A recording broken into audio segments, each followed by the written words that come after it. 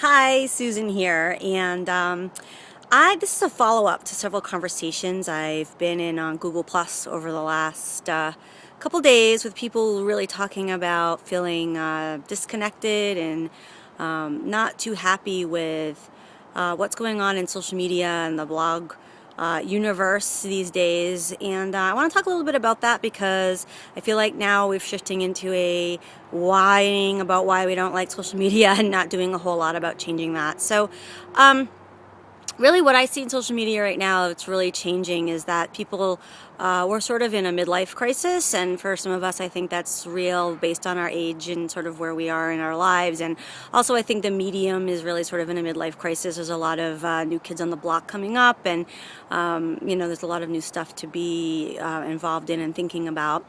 And it overwhelms some of us who've been in the field for a while and not knowing quite what to do with it and how to sort of stand out and be relevant. So what happens is we talk about several things. One, we talk about ourselves, or we talk about social media as a medium, and we write blog posts about blogging, as Meg Fowler said today in her Google Plus post.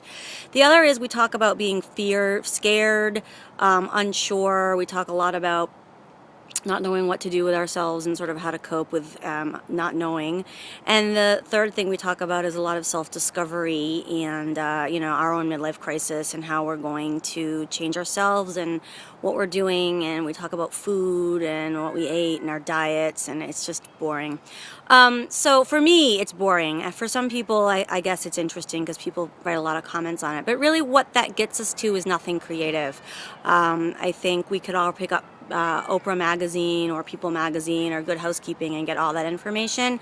It also apparently is what sells, and I think that's important to keep in mind, that fear always sells, diet always sells, not knowing always sells, midlife crisis always sells, drama always sells, relationships falling apart and growing sell. So there is selling going on, as much as people want to say it's all authentic and we're all so, unique. We're not. But when we feel frustrated by that whole process, my response is, well, what are we going to do that's different? What are we going to produce? What are we going to endorse? I don't see a lot of folks who are lamenting these issues endorsing anything new. And so we get a lot of the same, because the post about the broccoli for dinner and the post about blogging get a lot of play and get a lot of comments and get a lot of reshares.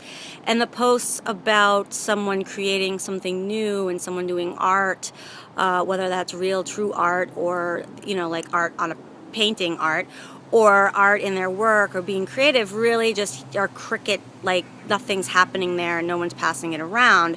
So what I'd really like to encourage us to do is, if we're feeling that the social media space is limiting itself by not using the tools creatively, which I would say we're not, and modeling really what we can be doing with this as a potential source to improve things, not just in our very, very small world of social media, but the world in general, is to start endorsing new things. And that's a risk. It may take you off brand a little bit.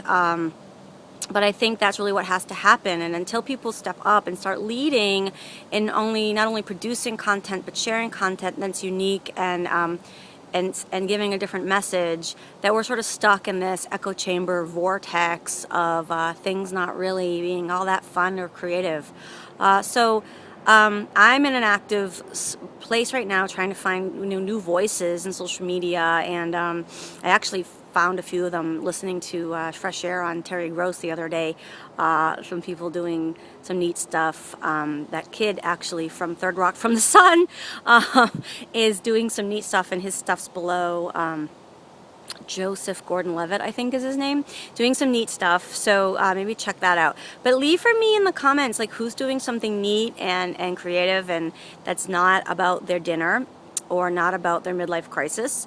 And let's try to promote them. Let's try to get some new energy into the profession and show people what we can really do.